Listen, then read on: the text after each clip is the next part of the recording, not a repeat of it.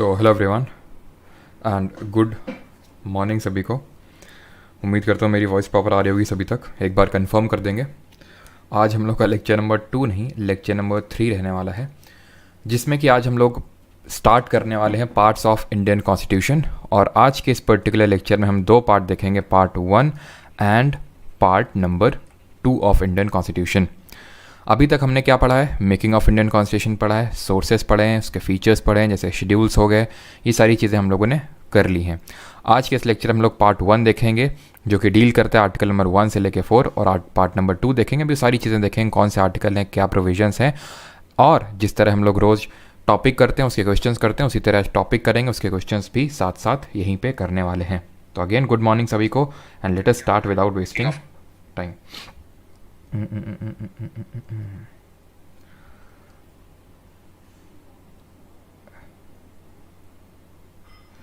चलिए, good morning सभी को। Second lecture please. क्या सेकंड लेक्चर? सेकंड लेक्चर जिनको भी रिकॉर्डिंग वगैरह आपको पता है, परमार अकेडमी ऐप पे आपको अवेलेबल है, बाकी रोज़ रोज़ बताने की ज़रूरत होनी ना चाहिए।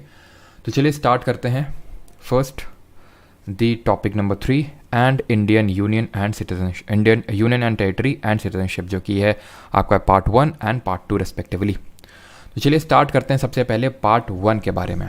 ठीक है, पार्ट 1 जो हमारा कॉन्स्टिट्यूशन का, वो डील करता है यूनियन एंड टेरिटरी, यानी कि राज्य, संघ व उसके राज्य क्षेत्र। ठीक है, पार्ट 1 ऑफ इंडियन कॉन्स्टिट्यूशन। अब जब हमने संविधान को पहले तो बनाया मेकिंग ऑफ कॉन्स्टिट्यूशन में, फिर संविधान को खोला तो पहला पन्ना हमें मिला प्रियम्बल, प्रस्तावना, जिसको कि कल हमने कवर किया। अब यहाँ से हमें मिलना चालू होंगे चैप्टर। जिस तरह में किसी भी बुक में सबसे पहले इंडेक्स देखने को मिलता है कि कौन सा चैप्टर कहाँ पे है, उसकी समरी पहले सबसे देखने को मिलती है, यानी ऑथर का नोट देखने को मिलता है। उसके बाद हमारे चैप्टर, एक्चुअल चैप्टर स्टार्ट होते हैं। तो जो हमारे कॉन्स्टिट्यूशन में जो चैप्टर्स हैं उनको हम बोलते हैं पार्ट। और आर्टिकल्स को, कॉन्स्टिट्यूशन के आर्टिकल्स यानी अनुच्छेदों को आप पेज के तौर पे समझ सकते हैं, फिर बुक के पेजेस को आप आर्टिकल से रिलेट कर सकते हैं। तो पार्ट 1 ऑफ इंडियन कॉन्स्टिट्यूशन हम लोग आज स्टार्ट करने वाले हैं। भाग नंबर 1 इसको हिंदी में बोलते हैं, और ये डील करता है, इसमें आपके 4 आर्टिकल्स आते हैं, यानी आर्टिकल 1, 2 एंड 3, यानी 4 अनुच्छेद आते हैं। हिंदी में आर्टिकल्स को अनुच्छेद बोलते हैं। ठीक है, तो हिंदी मीडियम के जो नोट्स आपको मिलते हैं टेलीग्राम पे, उसमें सारी चीज़ें हिंदी में रहते हैं, तो आई थिंक आपको कोई दिक्कत नहीं होती होगी। ठीक है, बिकॉज मेन काम यहाँ पे आपका समझना है, एमसीक्यू को अटेम्प्ट करना, बाकी नोट्स तो आपको मिल ही जाते हैं। नाउ अभी यहाँ पे लेफ्ट साइड में आपको फोकस नहीं करना, जितना मैं आपको बता रहा हूँ उतना पहले समझिए ध्यान से। पार्ट 1 इतना समझ गया, यूनियन एंड इट्स टेरिटरी के बारे में बात करता है, संघ व उसके राज्य क्षेत्र के बारे में बात करता है। क्लियर है? पार्ट 1। और ये डील करता है आर्टिकल नंबर 1 से लेके 4 तक में। वो चीज़ें यहाँ पे लिखी हुई हैं, ये आपको बिल्कुल भी अभी नहीं पढ़ना है जो यहाँ पे लिखा हुआ है। हिंदी में भी यहाँ पे लगा हुआ, आप चिंता न करिए। यानी अनुच्छेद 1 बात किसकी करता है, वो हम एक एक करके अभी देखेंगे। तो अभी सबसे पहले ये मैंने आपको बेसिक डिटेल दी कि पार्ट 1 में है क्या, संघ व उसके राज्य क्षेत्र, यानी कि किस तरह से किसी राज्य का बंटवारा होगा, तोड़ा जाएगा, जोड़ा जाएगा, वो सारी चीज़ें हमें पार्ट 1 ऑफ इंडियन कॉन्स्टिट्यूशन में देखने को मिलेंगी। अब एक एक करके सारा आर्टिकल देखेंगे। Article number 1, name and territory of the union दिया हुआ है, यानी कि किसी भी यूनियन, इसका मतलब क्या, name and territory of union. इसके काफ़ी सारे प्रोविजंस, यानी आर्टिकल 1 में कोई एक चीज़ नहीं लिखी हुई है। आर्टिकल 1 के आप बोल सकते हैं सब क्लॉजेज हैं। सब क्लॉज 1 में आपका लिखा हुआ है, India that is Bharat shall be a union of state. तो हम इसके एक एक क्लॉज को अच्छे से डील करेंगे कि इससे क्या क्वेश्चन बन सकता है। तो आर्टिकल नंबर 1 सब क्लॉज 1 में ये लिखा हुआ है कि India that is Bharat shall be a union of states.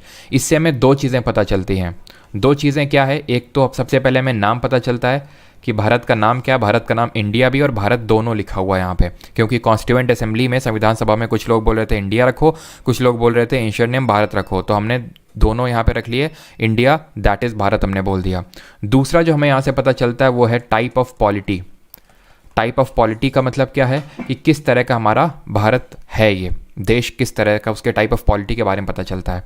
हमने यहाँ पे इंडिया को यूनियन ऑफ स्टेट लिखा हुआ है। अंबेडकर जी ने कैटेगराइज करके बोला था कि यूनियन ऑफ स्टेट हमने प्रेफर किया rather than federation of state. भले हम फेडरेशन हैं, फेडरेशन का मतलब क्या होता है, जहाँ पे इक्वल पावर, मतलब पावर का डिवीजन होता है between the centre and state, लेकिन फेडरेशन वर्ड को यहाँ पे नहीं लिखा गया बिकॉज यूएसए की तरह से इसके 2 यहाँ पे इम्प्लीकेशंस हैं इस पर्टिकुलर चीज़ के, कि यूनियन ऑफ स्टेट यहाँ पे लिखा हुआ है।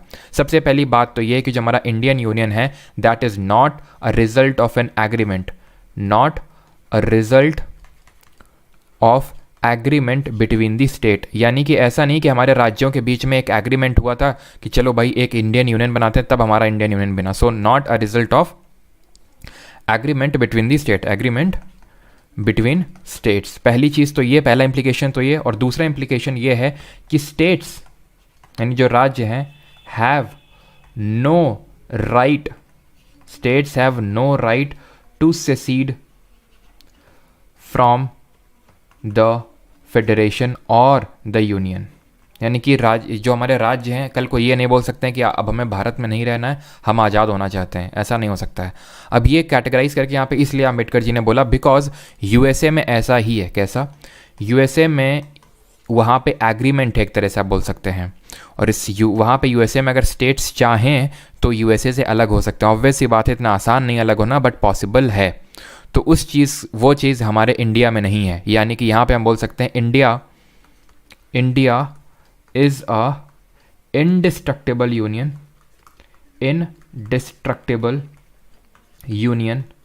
of destructible states। इसका मतलब ये है कि भारत जो संघ है वो कभी टूट नहीं सकता है, राज्य टूट सकते हैं।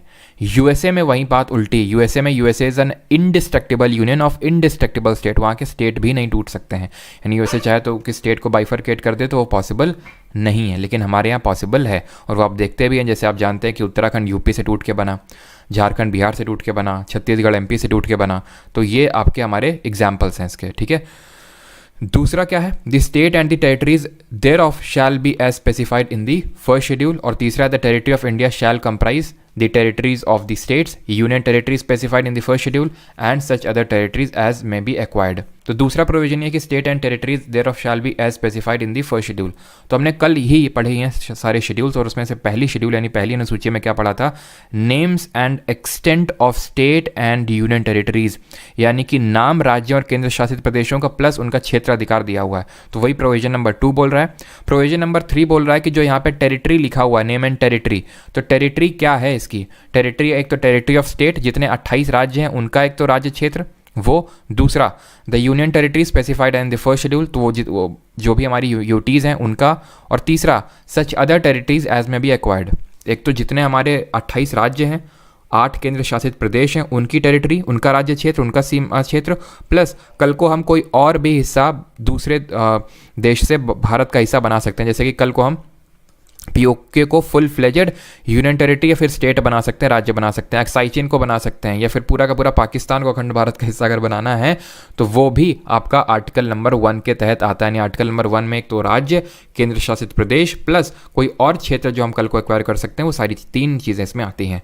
आर्टिकल 1 आई होप बहुत ही क्लियर हो गया होगा आपको। आर्टिकल 1 में है क्या? आर्टिकल 1 में सबसे पहले तो नामकरण है कि India that is Bharat shall be a union of state. इसके इम्प्लीकेशंस ये हैं कि ये हमारा जो इंडियन यूनियन है वो कोई agreement, it is not due to the result of an agreement between the state, plus Indian states have no right to secede from the Indian union. यानी कि कल को अगर स्टेट्स चाहें कि हम अलग होना चाहते हैं तो वो पॉसिबल बिल्कुल नहीं है। आर्टिकल 1 हिंदी में अगर देखें तो भारत का नाम एवं क्षेत्र की बात करता है, और अनुच्छेद 2 की अब चर्चा करेंगे, ये बात करता है नए राज्यों का प्रवेश। आर्टिकल 2 बात करता है parliament may by law admit into the union और establish new states on such terms and condition as it thinks fit. Article 2 ये बोलता है कि कल को अगर पार्लियामेंट चाहे, यहाँ पे क्या लिखा हुआ था तीसरा वाला, कि कल को अगर भारत किसी और, जैसे फॉर एग्जांपल पीओके, एक्साइचिन, इसको अगर भारत का हिस्सा बनाना चाहता है तो वो भी आर्टिकल 1 के तहत टेरिटरी ऑफ इंडिया डील किया जाएगा। हम पहले ही बोल देते हैं। अब पार्लियामेंट को अगर भारत का हिस्सा बनाना है किसी दूसरे टेरिटरी को, मान लो कोई फॉरेन टेरिटरी है, कल को मान लेते हैं पाकिस्तान को हमारी टेरिटरी देना चाहते हैं, तो हम आर्टिकल 2 का यूज़ करेंगे उसके लिए, अनुच्छेद 2 का यूज़ करेंगे अगर हमें कोई बाहर का क्षेत्र भारत में लेना है तो, और अगर उसको यूटी का दर्जा देना है तो, या फिर किसी यूटी को स्टेट बनाना है तो, यानी किसी केंद्र शासित प्रदेश को अगर राज्य बनाना है तो उन सारी चीज़ों में हम आर्टिकल 2 अनुच्छेद 2 का प्रयोग करेंगे। अनुच्छेद 2A जो यहाँ पे लिखा हुआ है इसको पूरी तरह से अभी छोड़ दीजिए, उसके अभी हम चर्चा यहाँ पे नहीं कर रहे हैं। अब आते हैं अनुच्छेद नंबर 3 पे। आर्टिकल नंबर 3 में हिंदी में भी देख लेते हैं क्या लिखा हुआ है। नए राज्यों का निर्माण और पुराने राज्यों के क्षेत्रफल, सीमा व नाम परिवर्तन, यानी कि formation of new state and alteration of areas, boundaries और नेम्स ऑफ एग्जिस्टिंग स्टेट्स। यानी कि पार्लियामेंट में by law form a new state by separation of a territory from any state और बाई यूनाइटिंग 2 और मोर स्टेट्स और part of state और by uniting any territory to a part of any state, increase the area of state, diminish the area of state, alter the boundaries of state, alter the name of any state, ये सारा अगर आपको करना है तो article 3 का use करना है। आई नो कि आप कंफ्यूज हो गए हैं आप आर्टिकल 2 और 3 के बीच में, तो आर्टिकल 2 और 3 में आपका कंफ्यूजन पहले तो दूर करता हूँ। 3 बोल क्या रहा है पहले वो समझ लेते हैं। ये बोल रहा है कि अगर आपको नए राज्य बनाना है, उसके क्षेत्रफल को चेंज करना है, जैसे फॉर एग्जांपल आज को मान लेते हैं यूपी का ये है एरिया, तो अगर यूपी का एरिया इतना करना है, ठीक है, या फिर किसी भी स्टेट का एरिया कम ज़्यादा करना है, वो ज़्यादा बढ़ाना है किसी स्टेट का एरिया, डिमिनिश यानी कि कम करना है। चौथा, alter the boundaries of any state, यानी कि उसकी बाउंड्री को कुछ चेंज करना है। Alter the name of any state, यानी किसी राज्य का नाम बदलना है। जैसे फॉर एग्जांपल अगर हमारे योगी आदित्यनाथ जी का मूड चेंज हो गया, उन्होंने बोला आज से उत्तर प्रदेश नहीं राम प्रदेश बोला जाएगा उत्तर प्रदेश को, तो ये काम योगी जी नहीं कर सकते हैं, ये काम पार्लियामेंट जी हमारे करेंगे। पार्लियामेंट हमारा ये सारे काम कर सकता है। सारी जो हमारी चेंजेस हैं, चाहे वो आर्टिकल 1, 2, 3, 4 सब कुछ ये करेगा हमारा पार्लियामेंट। किस मेजोरिटी से करेगा अभी इस पर डील करेंगे। अब आर्टिकल 2 और 3 में, अनुच्छेद 2 और 3 में अंतर क्या है? ये बात कर रहा है स्टैब्लिशमेंट ऑफ न्यू स्टेट, ये बात कर रहा है फॉर्मेशन ऑफ न्यू स्टेट। यहाँ पे मैं उस चीज़ को हाईलाइट कर देता हूँ, ये बात कर रहा है establishment of new state article 2। Article 3 बोला formation of new state. Sir इसमें अंतर क्या है? अगर इसमें 2 और 3 में बस ये अंतर है कि अगर मुझे कल को, जो फॉर एग्जांपल ये भारत है अभी, ठीक है, ये भारत है, ये भारत का हिस्सा नहीं है, अगर मुझे इसे भारत का हिस्सा बनाना है तो मैं आर्टिकल 2 का यूज़ करना पड़ेगा पार्लियामेंट को। लेकिन अगर कोई एग्जिस्टिंग यहीं पे पहले से स्टेट है, इसकी बाउंड्री चेंज करना है, बढ़ाना है, घटाना है, नाम बदलना है, तोड़ना है, या फिर 2 स्टेट को जोड़ देना है, वो काम आर्टिकल 3 के तहत होंगे। यानी कि आर्टिकल 3 के तहत वो काम होते हैं जो एग्जिस्टिंग जो हमारे स्टेट्स हैं, यूटीज़ हैं, उनके साथ कुछ छेड़छाड़ करना है तो आर्टिकल 3। अगर बाहर के क्षेत्र को लेना है या फिर किसी केंद्र शासित प्रदेश को राज्य बनाना है यूटी को, तो आर्टिकल नंबर 2 का हम यूज़ करेंगे। इतना चीज़ सभी को क्लियर है कि नहीं, पहले ये बताइए। यहाँ तक सभी को क्लियर? फिर मैं इसमें एक और जो एक्स्ट्रा प्रोविजन है उस पर आता हूँ, लेकिन पहले ये बताइए कि यहाँ तक सभी को क्लियर हैं सारी चीज़ें कि नहीं।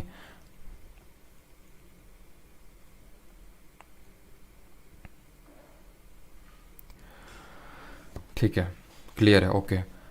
तो अभी आते हैं ये जो यहाँ पे एक और प्रोविजन है जो कि आर्टिकल नंबर 2 और 3 के तहत है कि provided that no bill for the purpose shall be introduced in either house of parliament except on the recommendation of president. यानी कि ये बहुत इंपॉर्टेंट प्रोविजन है जो यूजुअली लोग मिस कर देते हैं। दैट इज़ कि इस तरह के बिल को, ये तो सिर्फ पहली बात तो ये पार्लियामेंट में ही आ सकता है, ऐसा नहीं कि स्टेट लेजिस्लेचर यूपी अगर चाहे कि नहीं हमें अपना नाम चेंज करना है, कर ही नहीं सकता है, हमें अपनी बाउंड्री चेंज करनी कर ही नहीं सकता, या फिर इतने क्षेत्र को हम हटाना चाहते हैं और एक नया राज्य बनाना चाहते हैं, कर ही नहीं सकता है, सिर्फ पार्लियामेंट कर सकता है। लेकिन वो ऐसा नहीं कि अपने मन से, प्रेसिडेंट के रिकमेंडेशन से करेगा, राष्ट्रपति के रिकमेंडेशन से। एक्चुअल में ये चीज़ इसलिए कॉन्स्टिट्यूशन में रखी जाती है ताकि बिल को पास करने में डिले ना हो, ठीक है। और इसलिए भी किया जाता है इस केस में कि राष्ट्रपति जो है इस बिल को उस पर्टिकुलर स्टेट लेजिस्लेचर में प्रेजेंट कर दे, यानी उसको गवर्नर को दे देगा कि बेटा हम तुम्हारे साथ ये हरकत करने जा रहे हैं, तुम अपने स्टेट लेजिस्लेचर से पूछ लो क्या उसमें कोई सुझाव देना चाहते हैं,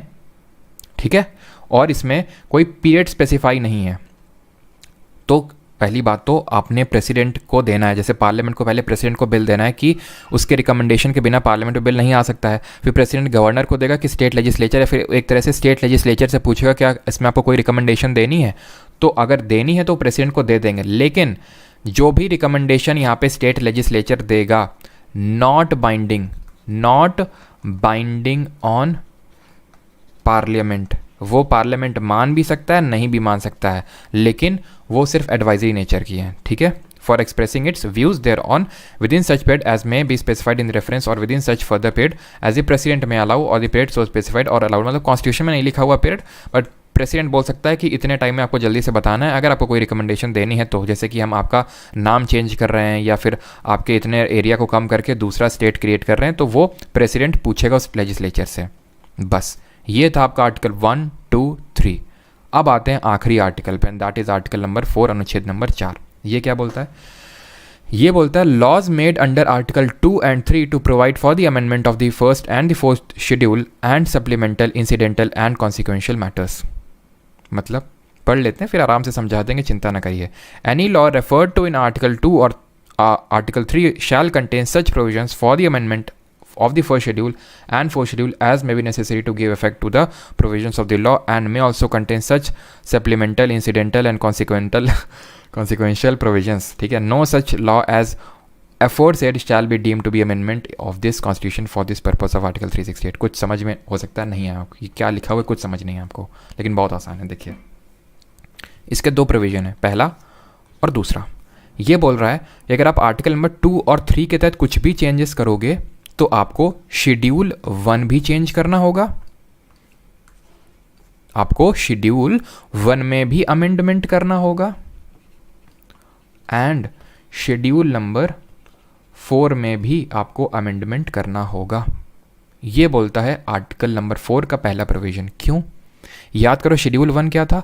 names and territorial jurisdiction of state और यूटीज़ वहाँ पे दिया हुआ था। तो अगर किसी का नाम चेंज कर रहे हो, किसी का जुरिसडिक्शन चेंज कर रहे हो, क्षेत्र चेंज कर रहे हो, तो ऑब्वियस ही बात है शेड्यूल 1 में तो चेंज करना ही पड़ेगा। लेकिन शेड्यूल 4 क्या था? याद करो, tears of old PM, TEAR, R से राज्यसभा। राज्यसभा ये क्या था? Allocation of seats in the Rajya Sabha. Seats का एलोकेशन किस हिसाब से होता है? किसी स्टेट के एरिया के टर्म्स में। तो इस वजह से क्योंकि अब उसका एरिया चेंज हुआ है तो इसलिए आपको शेड्यूल 4 में भी अमेंडमेंट करना पड़ेगा। ये बोल रहा है आर्टिकल नंबर 4। ठीक है, ये first schedule and fourth schedule में आपको जो भी नेसेसरी चेंजेस हैं वो आप करेंगे। लेकिन बोल रहा है कि चिंता ना करो, ये चेंजेस करने के लिए प्रोविजन नंबर 2 बोल रहा है कि चिंता ना करो, ये चेंजेस करने के लिए तुम्हें आर्टिकल 368 के तहत अमेंडमेंट नहीं करना है, तुम सिंपल मेजॉरिटी यानी कि साधारण बहुमत से भी अमेंडमेंट कर सकते हो। इसको हिंदी में क्या बोलते हैं? इसको हिंदी में बोलते हैं साधारण बहुमत। सर साधारण बहुमत क्या होता है? तो बहुमत कई प्रकार के होते हैं, जैसे simple majority, special majority, absolute majority, effective majority, वो हम पार्लियामेंट चैप्टर में देखेंगे। बट फॉर अभी के लिए देखो, इसका मतलब होता है 2/3 मेंबर्स, ठीक है, present and voting. Present and voting यानी कि 2/3 सदस्य जो पार्लियामेंट में मौजूद हैं और वोटिंग में भी, क्योंकि हो सकता है कि कोई प्रेजेंट हो लेकिन कैंटीन में समोसे बेल रहा है, वो वोटिंग में इंटरेस्टेड ही नहीं है। तो जो लोग प्रेजेंट और वोटिंग कर रहे हैं उसका 2/3 उसको सिंपल मेजॉरिटी बोलते हैं। और उसको हम अमेंडमेंट तो है लेकिन उसको अमेंडमेंट अंडर आर्टिकल 368 डील नहीं किया जाता, यानी आराम से ये अमेंडमेंट हो जाता है। यानी कि अगर आर्टिकल नंबर हमें 2 और 3 के तहत कुछ भी अमेंडमेंट करना है ना, आर्टिकल 2, 3 में चेंजेस करने हैं, फिर फर्दर हमें शेड्यूल 1 और शेड्यूल 4 में चेंजेस अकॉर्डिंगली करने पड़ेंगे अगर नीडेड है तो वो सारे अमेंडमेंट्स आपके सिंपल मेजॉरिटीज हो जाएंगे, आपको स्पेशल मेजॉरिटी को करने की ज़रूरत ही नहीं है। अब किसी का कोई डाउट हो तो पूछो। अब यहाँ से हम एक अलग यहाँ पे कंपोनेंट टच करने वाले हैं आपका इस पर्टिकुलर चैप्टर का, जहाँ से क्वेश्चन पूछे जाते हैं। इशिता शर्मा, हाँ अभी उस पर भी आएंगे, सिक्के मिक्के वही उसी कंपोनेंट पे अभी आ रहे हैं। यहाँ तक किसी को कोई डाउट? जल्दी से। और ये हिंदी में दिया हुआ है कि आर्टिकल नंबर 2 और 3 के तहत किए गए कार्यों को 368 के तहत संशोधन नहीं माना जाएगा। ये जो नोट लिखा हुआ है आप इसको बहुत ही हल्के में इग्नोर मार के फिजिकली प्रेजेंट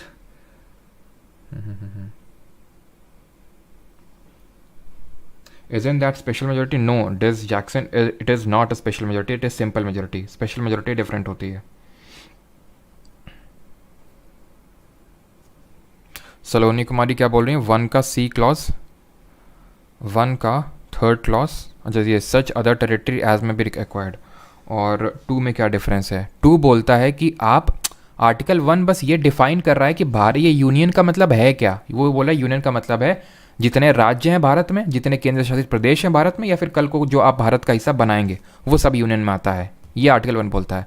2 बात करता है कि भारत का कोई जो हिस्सा नहीं है उसको अगर आपको भारत के अंदर लेना है तो आर्टिकल 2 का यूज़ करना पड़ेगा। आर्टिकल 1 का यूज़ करके कुछ होता नहीं है, वो जैसा है वो है। आर्टिकल अगर हमें कुछ लेना है, बाहर की टेरिटरी को इंडिया में एक्वायर करना है तो आर्टिकल 2 का हम यूज़ करेंगे, उसमें ये है। ठीक है, आई होप क्लियर होगा। अब ये आप इसको इग्नोर करेंगे लेकिन मैं इसको इग्नोर नहीं करूँगा बिकॉज बहुत इंपॉर्टेंट है। इंपॉर्टेंट ये लिखा हुआ संसद की शक्ति राज्य की सीमा समाप्त करने व भारतीय राज्य क्षेत्र को किसी अन्य देश को देने की नहीं है। यानी कि बात तब आई 1900 आई थिंक 84 के टाइम की बात है, नहीं सॉरी 1959 की बात है, 1959 के टाइम की बात है। ये हुआ था कि इंडिया को एक कुछ टेरिटरी, भारत की टेरिटरी को दूसरे देश को देना था, मतलब बांग्लादेश को एक्चुअल में देना था, ताकि जो डिस्प्यूट है वो सेटल हो सके, बाउंड्री डिस्प्यूट सेटल हो सके। तो बात यहाँ पे ये उठ के आई कि ठीक है हम यानी कि भारत है यानी जो पार्लियामेंट है किसी फॉरेन टेरिटरी को एक्वायर कर सकता है सिंपल मेजॉरिटी से, साधारण बहुमत से, उसके लिए अमेंडमेंट की ज़रूरत नहीं है। लेकिन अगर भारत का हिस्सा किसी दूसरे देश को देना है तो फिर बेरूबारी यूनियन केस में, ठीक है, यहीं पे मैं लिख देता हूँ, ठीक है, यहीं पे लिख देता हूँ ताकि बेटर तरीके से आप समझ पाएँ कि किसके बारे में चर्चा हो रही है।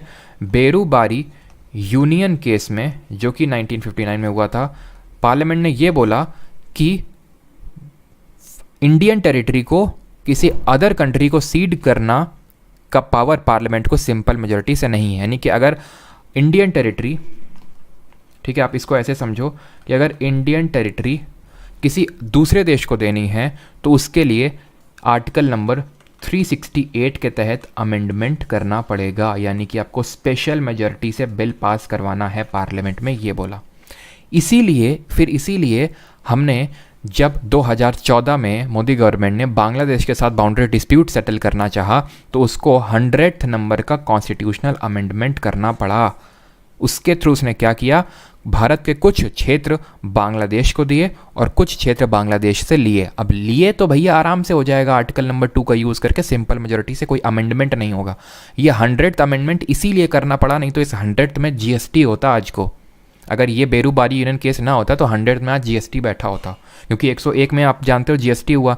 लेकिन अगर देना भी सिंपल मेजॉरिटी से होता आर्टिकल नंबर 2 के तहत, तो फिर ये कोई अमेंडमेंट तो होता ही नहीं आर्टिकल 368 के तहत। अब क्योंकि देना होता था, बेरूबारी यूनियन केस में सुप्रीम कोर्ट नहीं बोला अगर देना है तो आपको अमेंडमेंट करना होगा आर्टिकल 368 के तहत, इसीलिए 100th कॉन्स्टिट्यूशनल अमेंडमेंट हुआ, जहाँ पे शॉर्ट में लिख रहा हूँ इंडो बांग्लादेश एग्रीमेंट, ठीक है, इंडो बांग्लादेश एग्रीमेंट, जहाँ पे हमने अपने कुछ एनक्लेव्स दिए बांग्लादेश को और बाउंड्री डिस्प्यूट को सेटल करने के लिए। Is that clear?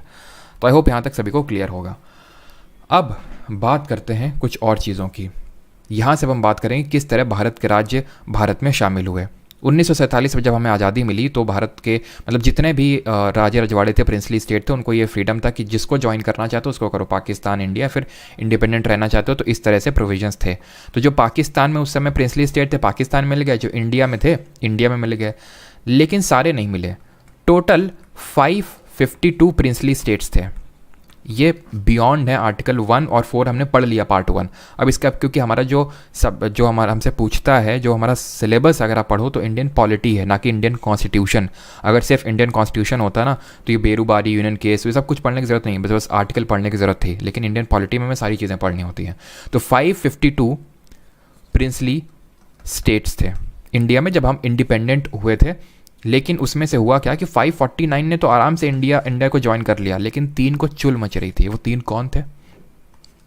हैदराबाद, इनको चुल मच रही थी, ये बोल रहे थे कि हम इंडिपेंडेंट रहेंगे, हम इंडिया को ज्वाइन नहीं करेंगे। कारण इसका ये था कि सबसे बड़ा ये रियासत था, सबसे बड़ा प्रिंसली स्टेट था, तो उसको लगा कि फालतू में गवर्नमेंट रेगुलेट करेगी, आराम से आज़ाद रहते हैं। लेकिन अभी देखेंगे क्या हुआ इनके साथ। जूनागढ़, इनको चुल मच रही थी, और तीसरे थे कश्मीर, ठीक है, कश्मीर। इनकी चुल तो शांत कर दी पटेल जी ने, हमारे सरदार पटेल जी आए पुलिस वुलिस लेके, जम की इनको कमरे में पहले तो इनको ले गए यहाँ के जो राजा थे, पता नहीं क्या किया। उसके बाद ये कमरे से आने के बाद बोले कि नहीं नहीं, आज से जो हैदराबाद है वो भारत का हिस्सा है, ठीक है। तो इसको हमने याद रखिएगा, पुलिस एक्शन के थ्रू इंडियन यूनियन में शामिल किया। एंड उसका एक पर्टिकुलर, इसको ऑपरेशन भी बोलते हैं, ऑपरेशन पोलो इसको नाम दिया गया, ऑपरेशन पोलो इस पुलिस एक्शन को। और ये हुआ था सितंबर 1948 में। जूनागढ़ में क्या हुआ, जूनागढ़ में लोग, यहाँ के जो लोग थे, ये गुजरात में पड़ता है, ज़्यादातर जो लोग थे वो हिंदू थे और जो इनका रूलर था वो मुस्लिम था। तो उसने बोला नहीं हम पाकिस्तान में ज्वाइन जाएंगे, ठीक है। और यहाँ पे चीज़ उल्टी थी, हैदराबाद में ज़्यादातर लोग मुस्लिम थे और यहाँ का वो रूलर उस समय हिंदू था। तो खैर जूनागढ़ में ये बोल रहे थे कि नहीं हम पाकिस्तान में जाएंगे, लेकिन लोग बोल रहे थे हम इंडिया में रहेंगे। तो भाई बोला गया कि ठीक है रेफरेंडम करा लो। रेफरेंडम मतलब जनमत करवा लो, जो लोग बोलेंगे वही होगा। तो रेफरेंडम में ऑब्वियस ही बात है कौन पाकिस्तान जाना चाहेगा, ऑलमोस्ट सभी ने बोला कि हम इंडिया में रहना चाहेंगे, तो रेफरेंडम से आ गया। कश्मीर में क्या हुआ, इनको ही बोल रहे थे हम इंडिपेंडेंट रहेंगे, लेकिन जब देखा कि ये पाकिस्तान ने अपनी फोर्सेस भेज के ये तो हमको कब्जियाने की कोशिश कर रहा है, तो जल्दी से नेहरू जी के पास गए कि हमको जल्दी से हमको गोद में ले लो, हमसे इंस्ट्रूमेंट ऑफ एक्सेशन साइन करवा लो। कौन? इंस्ट्रूमेंट ऑफ एक्सेशन साइन कर लिया किसने? महाराजा हरी सिंह ने, महाराजा हरी सिंह ने। लेकिन तब तक क्या हो चुका था कि पाकिस्तान फोर्सेस यहाँ तक पहुँच चुकी थी। अब कुछ हिस्टोरिकल रीज़न थे, नहीं तो उस समय अगर कोई स्ट्रांग अगर ऐसा कुछ होता तो यहाँ से इनको खदेड़ा जा सकता था। लेकिन खैर एक ना एक दिन तो बनना ही है। तो इंस्ट्रूमेंट इस तरह से इन तीनों को भी हमने इंडियन यूनियन में शामिल किया 1950s तक, ठीक है, 1950s तक ये था, ठीक है, 1950s तक ये था कि 4 फोल्ड क्लासिफिकेशन हुआ करता था हमारे, 4 फोल्ड क्लासिफिकेशन हुआ करता था स्टेट्स का। सर 4 फोल्ड क्लासिफिकेशन क्या है? यानी स्टेट्स को हम पार्ट ए, पार्ट बी और पार्ट डी में बांटे हुए थे कि पार्ट ए में ये स्टेट आएंगे। सर कौन कौन से, ये जानने की बिल्कुल भी ज़रूरत नहीं है, ठीक है, ध्यान रखना बिल्कुल भी। यूपीएससी तक ये क्वेश्चन नहीं पूछता है तो आपको तो बिल्कुल छूने की ज़रूरत नहीं है। तो part A, part B, part C, part D, बस इतना पता होना चाहिए। अगर पूछेगा भी तो पार्ट डी में कौन था, क्योंकि पार्ट डी में सिर्फ एक ही था, वो था अंडमान एंड निकोबार। हो सकता है पूछ ले, बाकी इतने ज़्यादा चांसेस तो नहीं है। तो 4 फोल्ड क्लासिफिकेशन हुआ करता था। अब यहाँ पे होता क्या है कि यहाँ पे डिमांड उठती है स्टेट्स को लिंग्विस्टिक बेसिस पे बनाने की, यानी कि भाषा के आधार पे बनाने की। अब भाषा के आधार पे स्टेट्स को बनाने की मांग उठती है, इसके लिए एक धार कमीशन अपॉइंट करती है हमारी, इसके लिए कुछ लिंग्विस्टिक प्रोविंसेस कमीशन का गठन करती है हमारी गवर्नमेंट, लिंग्विस्टिक प्रोविंसेस कमीशन का।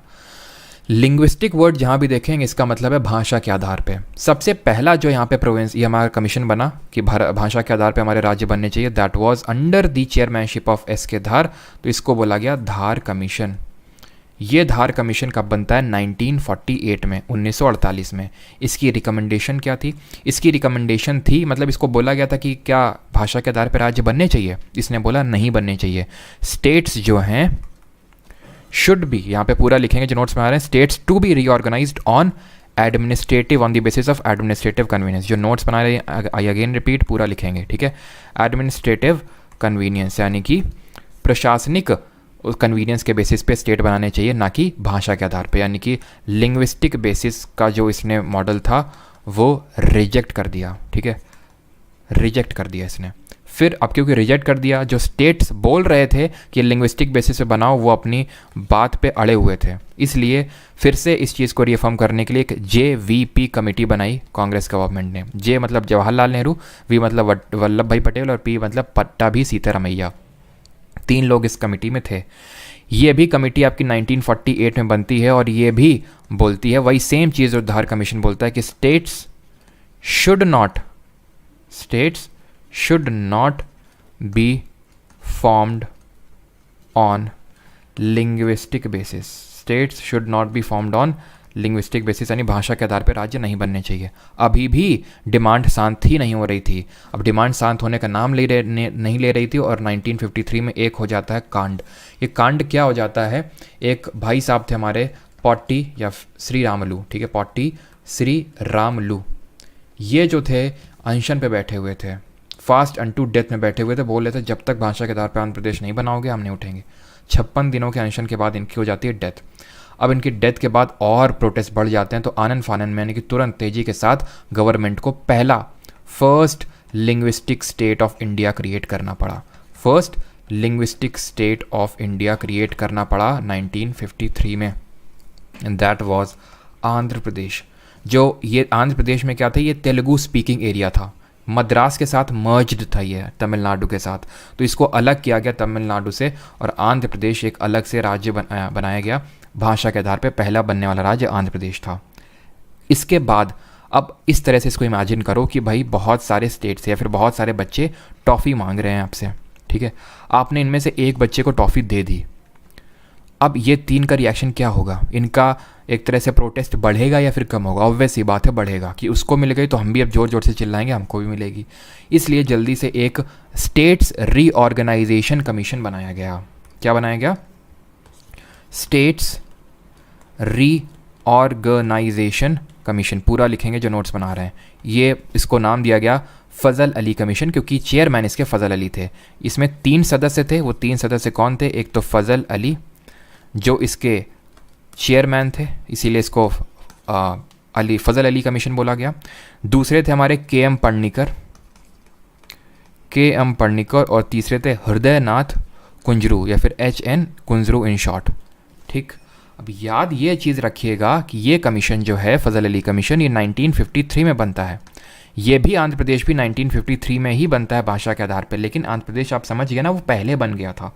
तो अगर आपसे, क्योंकि जैसे मैं सीधे से क्लास ले रहा था तो ऐसे मैंने स्टूडेंट से पूछा कि बताओ आंध्र प्रदेश कौन से कमीशन के रिकमेंडेशन के बाद बना, तो उन्होंने बोला फजल अली कमीशन। तो गलत क्यों? समझ गया ना, आंध्र प्रदेश पहले ही बन चुका था। ये बना था, आप ये समझ सकते हो कि सितंबर अक्टूबर के टाइम पे, और ये जो कमीशन बना था दिसंबर के टाइम पे बना था, दिसंबर में।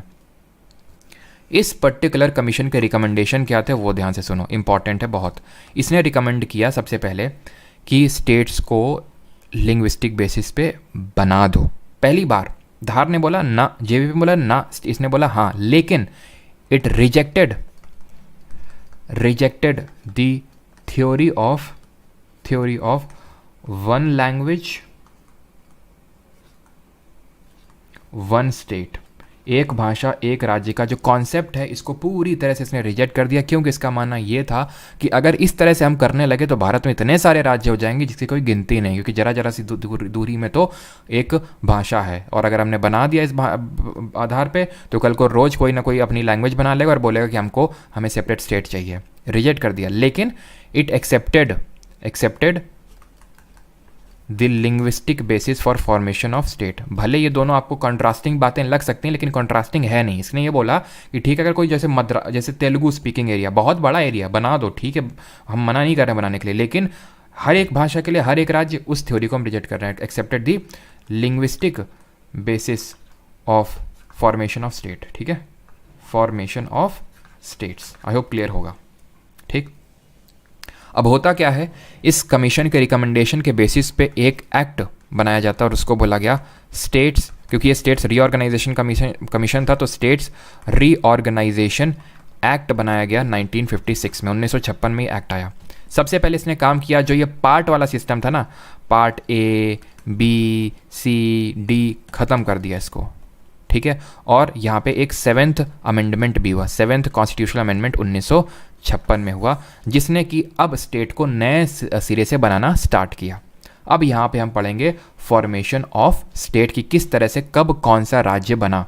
जैसे फॉर एग्जांपल अगर मैं बात करूँ तो गोवा की अगर बात करें, जो गोवा पहले पोर्तुगीज़ के पास था, ये मतलब पोर्तुगीज़ इसमें रूल कर रहे थे। फिर हुआ क्या, इसको सबसे पहले तो हमने 12th अमेंडमेंट से, 12th कॉन्स्टिट्यूशनल अमेंडमेंट से क्या किया, हमने इसको एक यूटी का दर्जा दिया, यूनियन टेरिटरी का दर्जा दिया, ठीक है। गोवा भी था और साथ में ये दमन और दीव भी था, बिकॉज दमन और दीव में भी पोर्तुगीज़ ही उस समय रूल कर रहे थे, तो दोनों को एक टाइम पे आज़ाद करवाया गया, यूटी बनाया गया, ठीक है, गोवा को और इन दोनों को 12th अमेंडमेंट से, दोनों को कलेक्टिवली। फिर हमने 1987 में एक अमेंडमेंट किया 56 नंबर का, और उसके थ्रू, ठीक है, 56th अमेंडमेंट से 1987 में गोवा को स्टेटहुड दिया, गोवा को स्टेटहुड दिया। दमन और दीव आज तक एक यूटी ही है। लेकिन आपको ये पता होना चाहिए कि दादरा नगर हवेली तब अलग था। जैसे कि अगर मैं दादरा नगर हवेली की बात करूं तो दादरा नगर हवेली 10th जो कॉन्स्टिट्यूशनल अमेंडमेंट था उससे इसको यूटी का दर्जा मिला था। आज तक ये स्टेट नहीं है। दमन और दीव और दादरा नगर हवेली आज दोनों मर्ज किए जा चुके हैं। क्लियर है यहाँ तक? अब हम एक एक करके पढ़ेंगे जो हमारा फॉर्मेशन ऑफ स्टेट है कि कौन सा स्टेट कब बना और कैसे बना। आई होप यहाँ तक किसी का कोई डाउट नहीं होगा। अगर किसी को कोई डाउट है तो पूछ सकता है। 7th में क्या क्या हुआ? बहुत कुछ हुआ सौम्यदीप दास। जैसे कि ये हुआ कि एक हाईकोर्ट मल्टीपल स्टेट या फिर यूटी को सर्व कर सकता है, एक गवर्नर मल्टीपल स्टेट को सर्व कर सकता है, और इसके स्टेट के रीऑर्गेनाइजेशन के संबंध में भी काफ़ी सारी चीज़ें हुई। तो वो जब पर्टिकुलर चीज़ें आएंगी वहाँ पे गवर्नर और उससे संबंधित, तब वहाँ पे हम लोग पढ़ेंगे। अब यहाँ पे मैं आपको एक ट्रिक आप बोल सकते हो बताने वाला हूँ फॉर्मेशन ऑफ स्टेट की, क्योंकि आपसे क्वेश्चन पूछता है कौन सा राज्य कब बना और ऑर्डर में लगाने को पूछ देता। तो यहाँ पे मैं एक ट्रिक लिख रहा हूँ, उसको याद करेंगे और उसी से सारी चीज़ें आपको याद हो जाएंगी। ठीक है, ये ट्रिक मेरी ट्रिक नहीं, आपको बता दूं, ये भी मैंने कहीं से जब पढ़ी थी, जब मैंने अपने टाइम पे इसको पढ़ा था। ठीक है, and that was trick was, जैसे कि कल जो मैंने ट्रिक बनाई थी भाई वो वाली कि मैं क्या था वो, तू शुरू तो कर मैं आ रहा, तो वो एक तरह से, अब भाई ट्रिक चाहे मेरी हो चाहे किसी की हो, याद करने से आपको मतलब होना चाहिए। ठीक है, तो आम गुनाह है मैम तुसी गाओ। ठीक है, मोस्टली आपको यही ट्रिक देखने को मिलेगी, but that is not important. Main आपको है याद होना चाहिए। मैम तुसी गाओ और यहाँ पे लिख सकता हूँ और मौज लो। ठीक है, ये है आपकी ट्रिक। अब इससे किस तरह से हम फॉर्मेशन ऑफ स्टेट को याद करेंगे, ध्यान से देखिए। आ से यहाँ पे है आंध्र प्रदेश। आंध्र प्रदेश का जो फॉर्मेशन हुआ था ये कब हुआ था? ये हुआ था 1 नवंबर 1956 में। सर अभी तो आप 53 बोल रहे थे, आप 56 बोल रहे हैं, ये तो गलत बात हुई। बिल्कुल गलत बात नहीं हुई। फर्स्ट नवंबर 1956 को ये फुल फ्लेज स्टेट के तौर पर बनता है। तब भी स्टेट ही था। देखो भाषा के आधार पे ये बना था, तेलुगु स्पीकिंग एरिया को सेपरेट कर दिया गया था। फिर क्या था, कुछ तेलुगु स्पीकिंग एरिया थे तेलंगाना वगैरह के जो प्रेजेंट डे आप देखते हैं, उनको मर्ज करके एक स्टेट बनाया गया 1 नवंबर 1956 को, आंध्र प्रदेश। तो अगर आप बोलेंगे भाषा के आधार पे आंध्र प्रदेश कब बना, जो कि पहला राज्य था 1953 में, लेकिन फुल फ्लेज्ड ये फॉर्मेशन इस डे अपना मनाता है आंध्र प्रदेश 1 नवंबर को, बिकॉज 1 नवंबर 1956 को ये बना था। फिर हम बात करते हैं महाराष्ट्र और गुजरात की, ठीक है। इन दोनों को हम कलेक्टिवली देख लेते हैं। ये हमारा एम से है महाराष्ट्र, गु से है गुजरात, ठीक है। महाराष्ट्र और गुजरात दोनों आपके ये स्टेट हुड इनको मिलता है 1960 में, क्लियर है। ना से है आपका नागालैंड, ना से नागालैंड नहीं होगा तो मैं ऐसा कर रहा हूँ कि मैं जो ईयर है उसको एक अलग कलर से लिखूंगा, ठीक है। पहले आप स्टेट समझ लो, यहाँ से स्टेट हैं कौन कौन से। ये हरियाणा है। अब ह में इसमें मात्रा लगी हुई है। हरियाणा में जब लिखते हैं तो क्या मात्रा लगाते हैं, नहीं, ऐसे लिखते हैं। हिमाचल में मात्रा लगाते हैं और इस है में भी मात्रा लगी हुई है, तो इससे याद कर सकते हैं ये आपका हिमाचल प्रदेश। अब मैम तुसी में देख लो क्या क्या है, तो मैं से है मेघालय, मेघालय ये। इस एम से है मणिपुर, मिज़ोरम नहीं है, ध्यान रखना बस यहाँ पे, मणिपुर मिज़ोरम आगे है, ठीक है। और ये है त्रिपुरा, क्लियर। ये है आपका सिक्किम, ठीक है। यहाँ गा से है आपका, गाँव में ओ कुछ नहीं है, बस गाँव में आपका याद रखिए ये है आपका गोवा, ठीक। फिर और में अगर देखें तो और में है आपका अरुणाचल, अरुणाचल। मौ में है आपका मिज़ोरम, ठीक है, मिज़ोरम। और लो से कुछ नहीं है। अब यहाँ पे मैं बता देता हूँ कि कब कब ये बने, यानी कि इनका ईयर क्या था फॉर्मेशन का। तो नागालैंड की अगर मैं बात करूँ तो 1963 में बनता है ये। हरियाणा की अगर बात करें तो हरियाणा आपका 1966 में बनता है, 1966 में। हिमाचल प्रदेश की अगर बात करें ये भी अराउंड 1966। मेघालय, मणिपुर और त्रिपुरा ये तीनों एक साथ बनते हैं 1972 में। जब मैं बोलता हूँ एक साथ बनते हैं तो मैं इनकी स्टेटहुड की बात कर रहा हूँ। मिज़ोरम जो है ना, ये भी इंडियन यूनियन में इनकॉर्पोरेट किया जाता है एज अ यूनियन टेरिटरी 1972, लेकिन स्टेटहुड अभी इसको नहीं मिलता, इसलिए बेचारा इन तीनों से अलग है, मेघालय, मणिपुर और त्रिपुरा से, ठीक है। तो 1972 में इन तीनों को स्टेटहुड मिल जाता है, क्लियर। सिक्किम की अगर बात करें तो सिक्किम ये अलग से इसको हम भी डील करेंगे, सिक्किम किस तरह से इंडियन यूनियन का पार्ट बना। तो अभी के लिए आप इतना रखो 1975 में इंडियन यूनियन का पार्ट बना, स्टेट बना ये। गोवा की अगर बात करें तो 1987 में। अभी मैंने बताया कि इसको 12th अमेंडमेंट से यूटी बनाया गया, लेकिन 1987 में 56th अमेंडमेंट से स्टेटहुड का दर्जा मिला। अरुणाचल और मिज़ोरम को कलेक्टिवली दोनों को 1987 में ही स्टेट का दर्जा मिला। 1987 में यूटी पहले बन चुके थे, लेकिन 1987 में स्टेट बने। आम गुना है मैम तुसी गाओ और मौज लो। यहाँ पे सिक्किम का थोड़ा जो स्पेशल केस है उसको डील कर लेते हैं, और जल्दी से अगर किसी का यहाँ तक कोई डाउट होगा तो वो पूछ लेगा। सिक्किम क्या था, पहले चोग्याल जो वंश था उसके द्वारा रूल किया जा रहा था, शासन किया जा रहा था सिक्किम में, चोग्याल डायनेस्टी थी। अब फिर हुआ क्या, यहाँ के जो लोग थे वो ये चाहते थे कि हम इंडियन यूनियन का पार्ट बने, बिकॉज वो उनको थ्रेट था चाइना से, कि जिस तरह चाइना ने तिब्बत को कब्जा कर लिया उस तरह हमको भी कब्जा कर लेगा, तो वो इंडियन यूनियन का पार्ट बनना चाहते थे जल्दी से जल्दी। लेकिन वो श्योर नहीं थे पूरी तरह, इसलिए उन्होंने बोला कि हम एकदम से स्टेट नहीं बनेंगे, पहले हमें एसोसिएट स्टेट का दर्जा दे दो, तुम एसोसिएट स्टेट का दर्जा दे दो, यानी कि इसको हिंदी में बोल सकते हैं सहयोगी राज्य का दर्जा। तो हमने क्या किया, अपने कॉन्स्टिट्यूशन में इसके लिए भी एक अमेंडमेंट कर डाला और एक आर्टिकल इंसर्ट कर दिया। अमेंडमेंट इसमें हमने किया 35th अमेंडमेंट 1974 में, और हमने आर्टिकल नंबर 2A को इनकॉर्पोरेट कर दिया। देखा था, याद करो, जब हम अभी आर्टिकल देख रहे थे तो आर्टिकल 2A था, तो मैंने कहा इसको हटाओ अभी, क्यों, क्योंकि सिक्किम भारत का हिस्सा नहीं था, उसको सिक्किम को भारत का हिस्सा बनाना था, तो ये आर्टिकल 2 का यूज़ करना था। तो सिक्किम ही एक ऐसा स्टेट है जिसको इनकॉर्पोरेट करने के लिए हमने कोई ये आर्टिकल ऐड किया, ठीक है। फिर सिक्किम के लोगों को अच्छा लगा कि यार ये तो काफ़ी अच्छा देश है, इसलिए फिर उन लोगों ने बोला हमें कंप्लीट स्टेटहुड का दर्जा दे दो। तो यहाँ पे कंप्लीट स्टेटहुड का फिर इन लोगों को दर्जा दे दिया गया, कंप्लीट स्टेटहुड का दर्जा दे दिया गया। और वाईचुंग भूटिया फेमस फुटबॉल प्लेयर वो इसी स्टेट से ही है ना।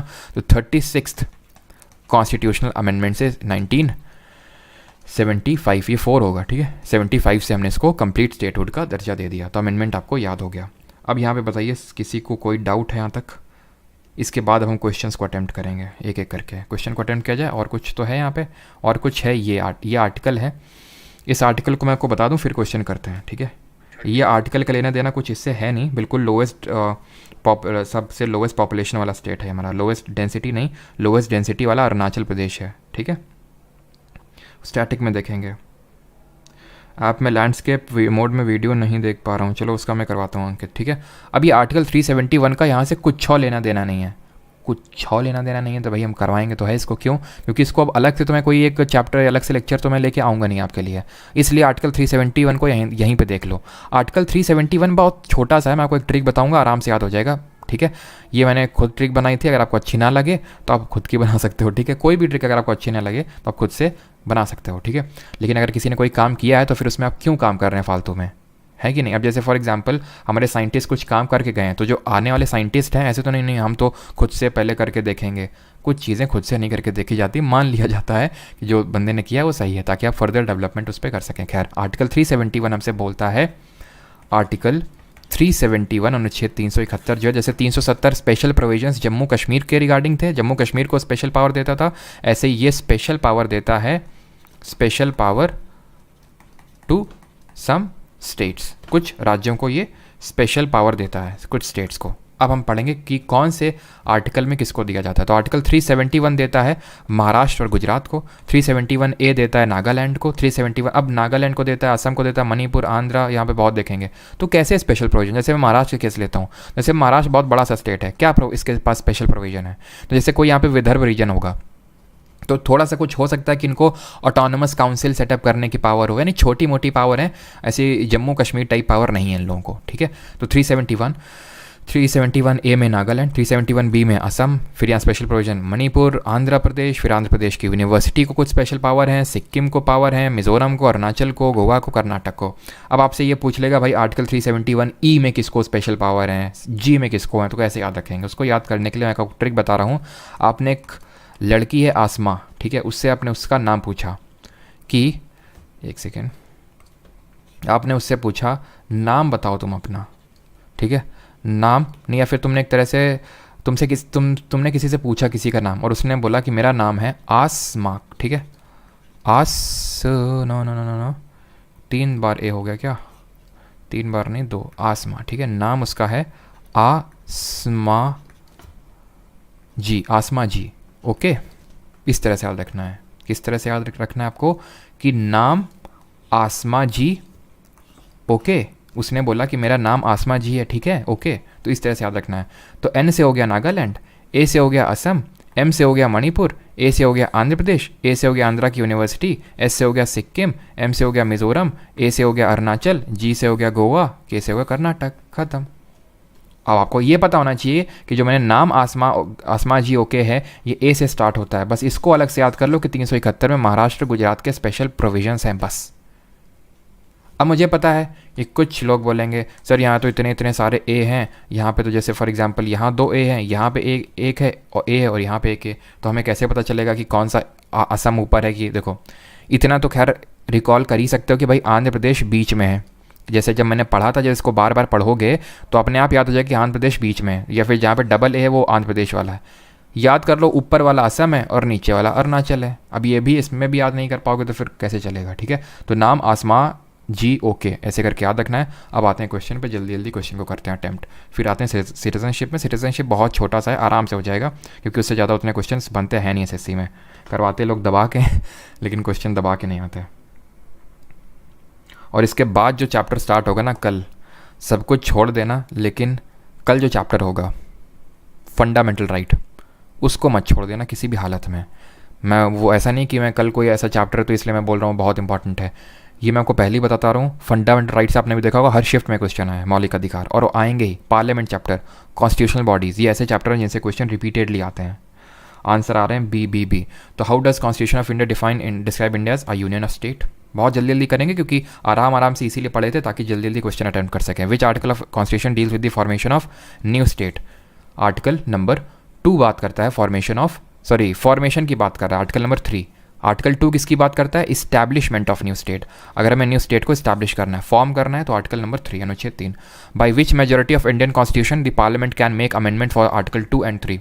किस तरह की मेजोरिटी से अमेंडमेंट किया जा सकता है आर्टिकल 2 एंड 3 में? Special, absolute, effective, more than one of the above, या फिर नन ऑफ द अबव। तो आंसर होगा इसमें क्या, जल्दी से बताइए। क्वेश्चन नंबर 3 का आंसर होगा none of the above, because इसमें चाहिए सिंपल मेजोरिटी, साधारण बहुमत से ही हो जाएगा, ना तो स्पेशल चाहिए, ना एब्सोल्यूट, ना इफेक्टिव। तीनों किस तरह की मेजोरिटी होते हैं पार्लियामेंट चैप्टर में देखेंगे। With reference to article 4 of constitution, यहाँ पे स्टेटमेंट देखिए, constitution can be amended under article 4। पहली बात पहले तो ये पढ़ लेते हैं, it can be amended only by special majority. पहली बात तो ये तो गलत है, सिंपल मेजोरिटी होगा। यहाँ पे थोड़ा सा फॉर्मेशन जो क्वेश्चन का है थोड़ा डिफरेंट हो सकता था। कॉन्स्टिट्यूशन को अमेंड करने के लिए हम आर्टिकल नंबर 368 का यूज़ करते हैं, ध्यान रखिएगा, आर्टिकल 4 का नहीं। तो उस हिसाब से अगर हम देखें तो पहला भी गलत हो जाएगा, डी आंसर होगा। लेकिन यहाँ पे बात हो रही है आर्टिकल नंबर 1 और 2 को अमेंड करने की। अगर हम देखें तो कॉन्स्टिट्यूशन में आर्टिकल नंबर 1 और 2 के अमेंडमेंट की बात हो रही है, तो वहाँ पे हम बोल सकते हैं आर्टिकल 4 का यूज़ किया जाता है, सिंपल मेजोरिटी से अमेंडमेंट को किया जाता है। उस केस में हम ये कंसिडर कर सकते हैं कि ओनली 1 यहाँ पे सही आंसर होगा। But I again repeat, constitution में जो संशोधन होता है वो 368 अनुच्छेद के तहत होता है, 4 के तहत नहीं। Question number 5, according to article number 3 of constitution, parliament में बाई लॉ, अनुच्छेद 3 का यूज़ करके पार्लियामेंट यानी देश की संसद क्या क्या कर सकती है? किसी भी देश में युद्ध की घोषणा कर सकती है, किसी भी राज्य की सीमाएं बदल सकती है, किसी भी राज्य का क्षेत्रफल बढ़ा सकती है, फिर किसी भी राज्य के भीतर एक स्वायत्त परिषद की स्थापना कर सकती है। तो वॉर का तो हमने कुछ पढ़ा नहीं है। ऑल्टर कर सकती है बाउंड्री को, इंक्रीज या डिक्रीज कर सकती है, नाम चेंज कर सकती है, ठीक है। इस्टेब्लिश एन ऑटोनमस काउंसिल, ऐसा तो हमने कुछ पढ़ा ही नहीं है। आंसर क्या होगा? 2 और 3, option number C. 6, the power to carve out a new state is vested, एक नए राज्य को गठित करने की शक्ति कौन किस पे? Parliament, president, council of minister of states, reorganisation commission. तो ये पावर है पार्लियामेंट की, लेकिन ये करेगा प्रेसिडेंट की रिकमेंडेशन पे। प्रेसिडेंट की पहले प्रायर रिकमेंडेशन लेगा, प्रेसिडेंट उस बिल को भेजेगा, यानी कि एक ओपिनियन लेगा उस पर्टिकुलर स्टेट का। तो ऑप्शन नंबर फर्स्ट, लेकिन करेगा पार्लियामेंट ही। A state of the Indian union can be reorganized or their boundaries altered by, तो state of the Indian union को रीऑर्गेनाइज करना है, उसकी बाउंड्री को ऑल्टर करना है, तो कैसे हो सकता है?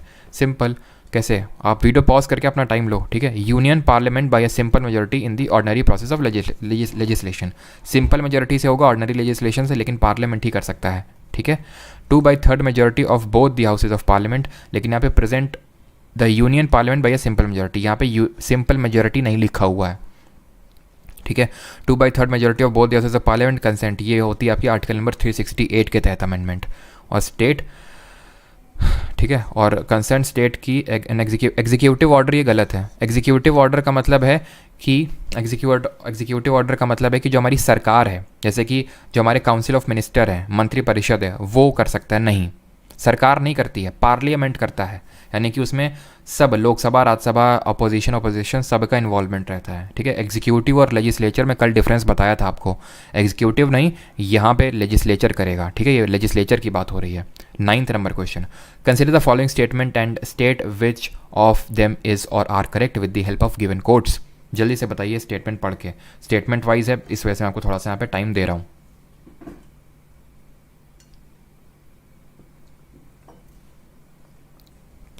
The term union of state has been defined in the constitution because Indian state have no right to secede. बिल्कुल, एसके धार कमीशन, यही तो हमने पढ़ा था कि स्टेट्स को कोई राइट नहीं है कितना कि वो भाग जाएं भारत से। S K Dhar commission preferred reorganisation of state on administrative convenience rather than linguistic basis. किसी को कोई डाउट नहीं होना चाहिए, ठीक है। उसने यही बोला था ना कि भाषा के आधार पर बनने चाहिए, मतलब भाषा के आधार पर नहीं बनने चाहिए, प्रशासनिक उसके बनने चाहिए, यानी कि प्रशासनिक सुविधा के आधार पे। The Congress committee under Pandit Nehru, यानी कि जिसको हम जेवीपी बोलते हैं, जवाहरलाल नेहरू, वल्लभ भाई पटेल और पट्टाभी सीतारामैया, इन्होंने बोला did not favour linguistic basis for reorganisation of state. बिल्कुल सही है, लिंग्विस्टिक को तो बस फेवर किया था फजल अली कमीशन ने, उसने भी कहीं ना कहीं रिजेक्ट कर दिया था 1 लैंग्वेज 1 स्टेट, बट उसने ठीक है बोल दिया था कि बना लो लिंग्विस्टिक बेसिस पे। तो आंसर होगा ऑल ऑफ दीज। अगला है 10th, in which year did the central government of India appoints the state reorganisation commission. कब बैठा था बताओ? फजल अली कमीशन 1953 में। फिर स्टेट्स रीऑर्गेनाइजेशन एक्ट आया था 1956 में, और 7th अमेंडमेंट हुआ था 1956 में। बताइए आंसर क्या होगा इसका? State reorganisation act 1956, 7th amendment भी हमारा हुआ था। Linguistic state of India in India got established इन, भारत में भाषाई राज्य की स्थापना कब हुई थी? 1953, यानी वो पहले राज्य की बात कर रहा है। पहला राज्य हमारा कौन था? यानी कि which of the following was the first state to be formed on linguistic basis?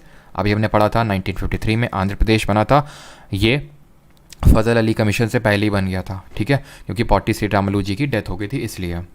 What is the correct chronological order in which the states of the Indian union were created on और granted full statehood? Order बताना है, बताइए order क्या होगा सही। अब उस trick का आप इस्तेमाल करेंगे जो मैंने अभी आपको बताई थी, आम गुनाह है मैम तुसी गाओ और मौज लो। तो सबसे पहले तो आ में आंध्र प्रदेश ही था हमारा 1956 में, तो यानी 1 से स्टार्ट होगा, यानी ऑप्शन नंबर बी और डी को तुरंत मैं हटा सकता हूँ। म से क्या था, महाराष्ट्र था, यानी वो एक के बाद दो आएगा। गुनाह, ना से नागालैंड, ह से हरियाणा, ना पहले आएगा यानी कि 3 पहले 4 बाद में, यानी 1 2 3 4। Clear. In which of the following years did Telangana became the 29th state of the Indian after reorganization of the state of Andhra Pradesh. तो 29वां राज्य भारत का कब बना आपका जो तेलंगाना है। तो ये भी आसान क्वेश्चन है 2014 में। 18th नंबर का क्वेश्चन करिए, विच of the following states is the member of 7 sisters. तो 7 सिस्टर्स का कौन मेंबर है, ये हम लोगों ने किया नहीं है बट फिर भी देख लेते हैं, आसान सा क्वेश्चन है। आपको पता है कि हमारी 7 सिस्टर्स में कौन कौन से आते हैं। एक तो अरुणा मामी आती हैं, ठीक है, यहाँ पे आपका अरुणाचल है, यहाँ पे नागालैंड है, यहाँ पे मणिपुर है, यहाँ पे मिज़ोरम है। यहीं साइड में आपका त्रिपुरा आपको देखने को मिल जाएगा जो 3 साइड से बांग्लादेश से घिरा हुआ है। मेघालय आपको देखने को मिल जाएगा, बांग्लादेश की गोद में आराम कर रहा है। और यहाँ पे आपको देखने को मिल जाएगा असम, ठीक है, असम। तो कि ये हमारी 7 सिस्टर्स। तो इसमें आपका त्रिपुरा आता है, option number B. 20th, which of the following amendment of the Constitution of India was passed with the primary objective to constitutionally encode the reorganization of Indian states based on language। भाषा के आधार पे। बिल्कुल ये PYQs हैं, इसमें से maximum PYQs हैं और कुछ इक्का दुक्का जो कोई क्वेश्चन है मैं वो ले लेता हूँ जो मुझे लगता है कि ये क्वेश्चन आ सकते हैं पोटेंशियल वाले, तो वो क्वेश्चन है। तो PYQs भी हैं प्लस आपके एक्सपेक्टेड क्वेश्चंस भी आप मान सकते हैं, ठीक है, ताकि कोई भी टाइप का क्वेश्चन भी आपका ना छूटे। तो आंसर यहाँ पे क्या होगा, 7th अमेंडमेंट किया गया था, अभी मैंने बताया था, स्टेट रीऑर्गेनाइजेशन एक्ट और 7th amendment 1956। 21, which of the following amendments of the constitution of India gave the status of state to Goa. Bharat के संविधान में निम्नलिखित में से किस संशोधन ने गोवा को राज्य का दर्जा दिया। तो हमारा यूटी बना गोवा 10th अमेंडमेंट से, लेकिन स्टेट का दर्जा मिला 1987 में 56th अमेंडमेंट से, 1987 में। अगला है 23, और साथ ही साथ चलो खैर उसको छोड़ो, on what basis were states reorganise in 1956 in India. 1956 में भारत में राज्यों का पुनर्गठन किस आधार पर किया गया, रिलीजन, कास्ट, लैंग्वेज या फिर all of the above. Answer क्या होगा, लिंग्विस्टिक यानी कि लैंग्वेज बेसिस पे। 24, identify the leader who did not oppose the disintegration of Hyderabad state and represent the same to the states reorganisation committee. ये question SSC का previous year नहीं है, लेकिन हाँ कुछ एग्जाम जैसे कि तेलंगाना के एग्जाम और उसमें पूछा गया था, तो इसमें रख लिया। बहुत ज़्यादा रट्टा मारने की ज़रूरत नहीं है, बस एक बार देख लो कि कोटूरू सीता या गुप्ता थे हमारे, वो बोल रहे थे, वो मतलब अपोज नहीं कर रहे थे डिसइंटीग्रेशन जो हो रहा था हैदराबाद का, वो सपोर्ट कर रहे थे एक तरह से। कोटूरू सीता या गुप्ता, ठीक है, not that much important. 25, state of Meghalaya, Manipur, Tripura. Aruna मामी में याद करो, अरुणा सॉरी मैम तुस्सी गाओ और मौज लो, ठीक है, तुस्सी गाओ और क्या था, आम गुनाह है, और मैम तुसी, तो मैम त, म से मेघालय, म से मणिपुर और त से त्रिपुरा। ये सब कब बने थे, तीनों के तीनों 1972 में बने थे, याद करिए, ठीक है। और हमारा जो मिज़ोरम है वो जाके बनता है 1987 में, मिज़ोरम, और साथ ही साथ जो अरुणाचल प्रदेश है। The first commission was formed in India in 1948 to examine the issue of state restructuring on the basis of language which was led by. जो पहला हमारा लिंग्विस्टिक प्रोविंसेस कमीशन बना था वो कौन सा था, ऑब्वियस सी बात है वो धार कमीशन था 1948 में। उसके बाद बनता है JVP, उसके बाद बनता है आपका फजल अली कमीशन। 27, आई थिंक ये 2-3 क्वेश्चन बस और इसके बाद बाकी है, उसके बाद हम लोग सिटीजनशिप स्टार्ट करेंगे। State reorganisation of act 1956 divides the whole country into. कितने इसमें ये कर भी सकते हो, अभी तो ये करंट में मुझे इंपॉर्टेंट नहीं, तो इसको आप स्किप कर सकते हो, ठीक है, पहले इंपॉर्टेंट था लेकिन अभी नहीं। तो ये लास्ट ही क्वेश्चन था आपका। अब यहाँ पे स्टार्ट करते हैं हम सिटीजनशिप चैप्टर को, यानी कि नागरिकता को, ठीक है।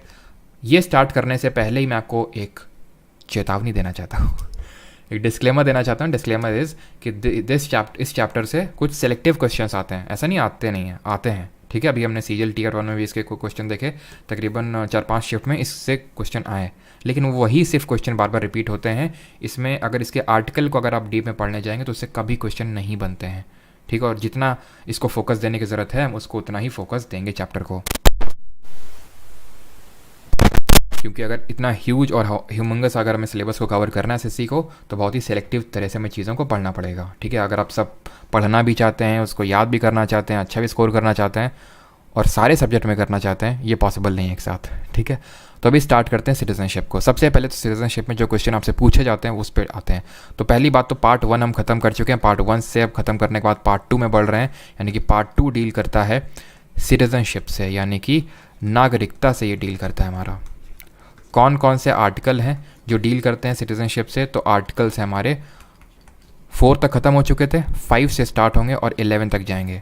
12 से यानी कल हम लोग स्टार्ट करेंगे fundamental right, and I again repeat कल वाले लेक्चर को किसी हाल में मत मिस कीजिएगा, ठीक है। अनुच्छेद 5 से लेके 11 तक नागरिकता से डील करते हैं। हमारे भारत में कॉन्सेप्ट है सिंगल सिटीजनशिप का, यानी कि एकल नागरिकता का। कहाँ से लिया जल्दी से बताइए, और किस कंट्री में डुअल सिटीजनशिप है।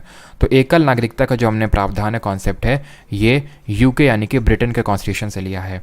यूएसए में अगर हम बात करें तो वहाँ पे किस तरह की सिटीजनशिप होती है, डुअल सिटीजनशिप होती है। और भी हमने कुछ डिफरेंसेस देखे थे इंडिया और यूएसए के बीच में। यूएसए में प्रेसिडेंशियल फॉर्म ऑफ गवर्नमेंट है, हमारे यहाँ पार्लियामेंट्री फॉर्म ऑफ गवर्नमेंट है। यहाँ पे क्या होता है, इंटीग्रेटेड जुडिशरी नहीं है, हमारे यहाँ जुडिशरी इंटीग्रेटेड है। यूएसए से हमने क्या क्या बोरो किया, जल्दी से रिकॉल करिए। इंडिपेंडेंट जुडिशरी, जुडिशियल रिव्यू बोरो किया, फंडामेंटल राइट बोरो किया, प्रियम्बल की लैंग्वेज ऑस्ट्रेलिया से ली है, impeachment of president, removal of जजेस of supreme court and high court, and office of vice president, ये सारी चीज़ें हमने यूएसए से ली हैं। इस तरह से रिविजन आपका होना चाहिए। यूके से क्या लिया है, parliamentary form of government, by cameralism, parliamentary privileges, prerogative writ यानी परमाधिकार या रिटे लिए हैं, सिंगल सिटीजनशिप का कॉन्सेप्ट लिया है, रूल ऑफ लॉ लिया है। खत्म। अब बढ़ते हैं आगे।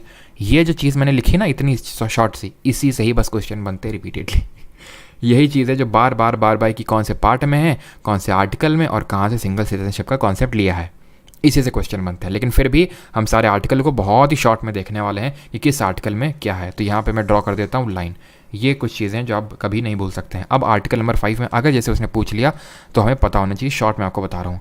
आर्टिकल नंबर 5 बोलता है कि एक्चुअल में, चलो एक चीज़ मैं आपको बताता हूँ पहले, एंड दैट चीज़ इज़ कि हमारा कॉन्स्टिट्यूशन जब कमेंस हुआ था, कमेंसमेंट का मतलब क्या होता है, लागू हुआ था। कब लागू हुआ था जरा बताइए, 26 जनवरी 1950 को लागू हुआ था। तो सिटीजनशिप के जो प्रोविजंस हैं